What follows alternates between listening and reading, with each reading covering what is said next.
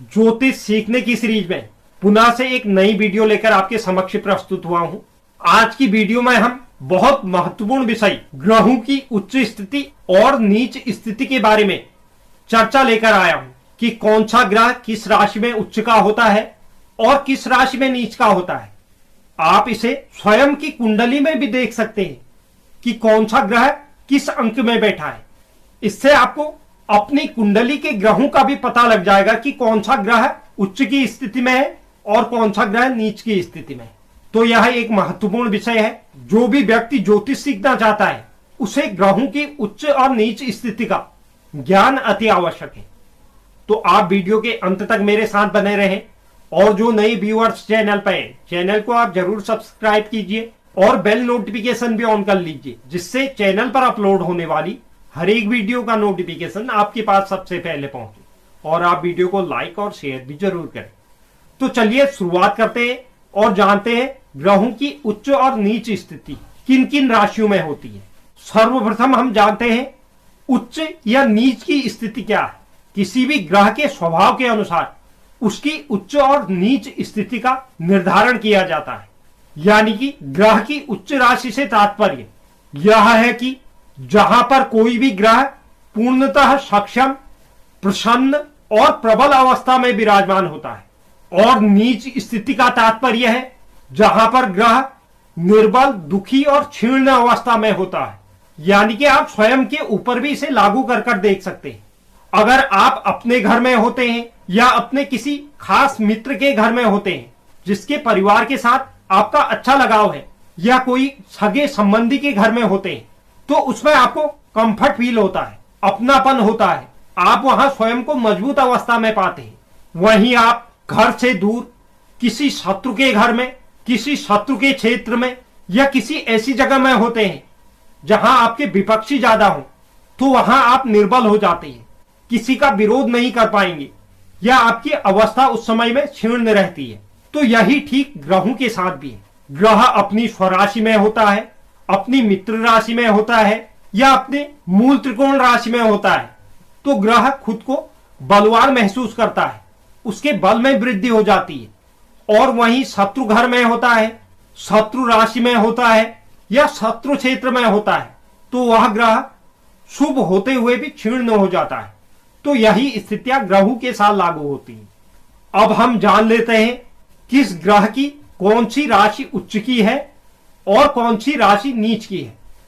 एक और महत्वपूर्ण बात मैं आपको बता दूं कि कोई भी ग्रह जिस राशि में उच्च का होता है उससे ठीक 7वीं राशि में वह नीच की अवस्था में होता है। आप इसे देख भी सकते हैं। सर्वप्रथम बात करते हैं हम सूर्य ग्रह की। सूर्य ग्रह मंगल की स्वामित्व वाली मेष राशि में उच्च की अवस्था में होते हैं। यानी कि एक के अंक में जिस भी भाव में अगर सूर्य विराजमान है तो वह उनकी उच्च अवस्था होती है। यानी कि सूर्य आपके बलवान अवस्था में होते हैं। वहीं ठीक इससे 7वीं राशि तुला राशि यानी कि 7 के अंक में अगर सूर्य विराजमान होते हैं तो वह सूर्य की नीच राशि होती है। इसमें सूर्य क्षीण, निर्बल और तेजहीन हो जाते हैं।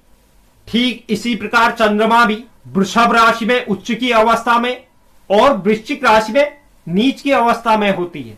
यानी कि 2 के अंक में उच्च की अवस्था में और 8 के अंक में नीच की अवस्था में होते हैं।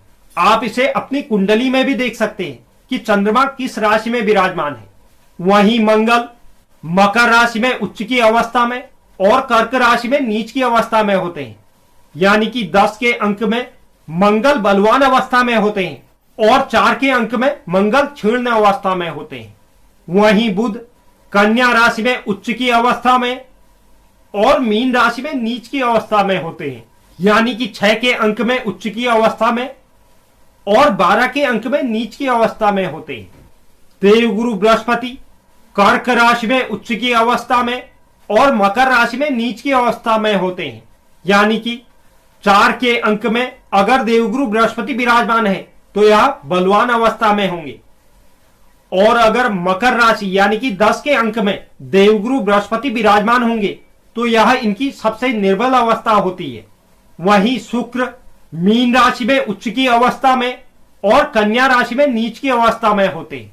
यानी कि 12 के अंक में अगर शुक्र विराजमान है तो यह बलवान अवस्था में होंगे। वहीं कन्या राशि यानी कि 6 के अंक में अगर शुक्र विराजमान है तो यह शुक्र की सबसे कमजोर स्थिति होती है। अगर शनिदेव की बात करें तो शनिदेव तुला राशि में उच्च की अवस्था में और मेष राशि में नीच की अवस्था में होते हैं।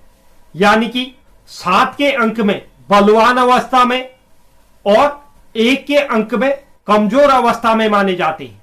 वहीं राहु मिथुन राशि में उच्च और धनु राशि में नीच की अवस्था में माने जाते हैं। यानी कि 3 की अंक में अगर राहु विराजमान है तो यह उच्च की अवस्था में है। वहीं 9 के अंक में अगर राहु विराजमान है तो यह राहु की निर्बल अवस्था है। ऐसा राहु अशुभ परिणाम ही देता है। वहीं केतु की बात करें तो केतु धनु राशि में उच्च और मिथुन राशि में नीच के माने जाते हैं। यानी कि 9 के अंक में केतु शुभ फल प्रदान करने वाले बलवान अवस्था में होते हैं और मिथुन राशि में यानी कि 3 के अंक में वो अशुभ फल प्रदान करने वाले और क्षीण अवस्था में माने जाते हैं। तो अगर आप ज्योतिष सीखना चाहते हैं तो यह ग्रहों की दृष्टियां आपको ज्योतिष सीखने में काफी मदद देंगी कि किस ग्रह के परिणाम कैसे किस कुंडली में मिलने वाले हैं। तो आप ग्रहों की दृष्टियों को अच्छी तरह से समझ लें और इन्हें याद कर लें। यह आपको आगे आने वाले समय में ज्योतिष सीखने में मदद देने वाले हैं। तो यह ग्रहों की दृष्टियों के संबंध में एक महत्वपूर्ण जानकारी थी।